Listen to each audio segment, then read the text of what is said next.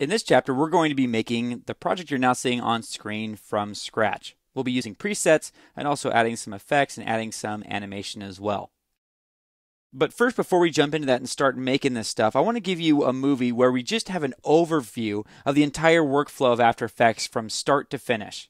You know, After Effects does so much stuff that's easy to kind of get lost in the shuffle. You might know how to create a certain effect, but you might not get where that fits in the entire scope of things, the entire workflow. So I'm going to resize my interface. The interface in After Effects, as we'll see, is completely customizable. Projects begin in the project panel.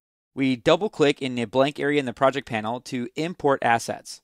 Assets, also sometimes called media, clips, footage, what have you. These are things that you import. And things that qualify as footage are video, audio, still images, and just about anything else that you import into After Effects. Typically, footage is a video-only term, but in After Effects, it means anything. The project panel is kind of like a bank where we store everything we bring into our project. Doesn't mean we have to use everything in our project. It's just kind of a reference place we can go back to, just like a bank account. You don't have to spend all the money in your bank account. It's just there for you if you need it. Then we need to create a composition. A composition is like a project within a project. New compositions can be created by clicking this button at the bottom of the project panel. Once you click that button, the composition settings dialog box pops up, and you can name your composition and change its settings here. I'm going to click cancel now.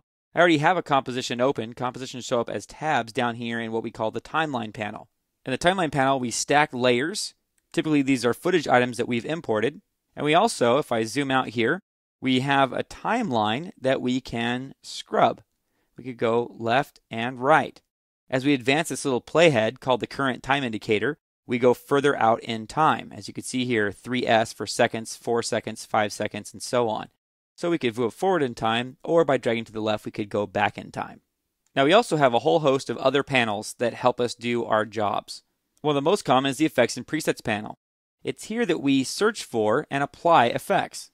Let's say if I wanted to blur my text layer, I would select the text layer here in the timeline panel, and then I would search for a blur. Just type in blur, and look at all the blurs available to us. We'll be talking about several of these throughout the training series. I could click on Fast Blur and drag it either here or here to apply it. Once the effect is applied, I come to the Effect Controls panel to adjust it. I can increase the blurriness value, and that blurs out our text. If I decide not to use that effect, I can select it and hit the delete key on my keyboard to delete it. All effects in After Effects are completely non-destructive, which in plain English means that you can just add and explore and play around all you want. Getting back to the timeline, this is also where we create animation. And when you animate objects, you'll see these little things called keyframes. That's what these diamonds are here in the timeline panel, and those indicate animation.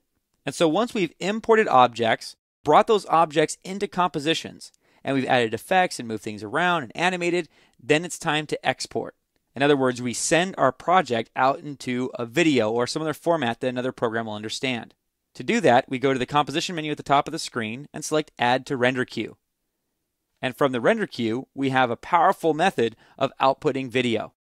But we don't have to output just video. We could output image sequences or just audio. Now, obviously, there's a lot more to it than that, but in a nutshell, that is the whole After Effects workflow.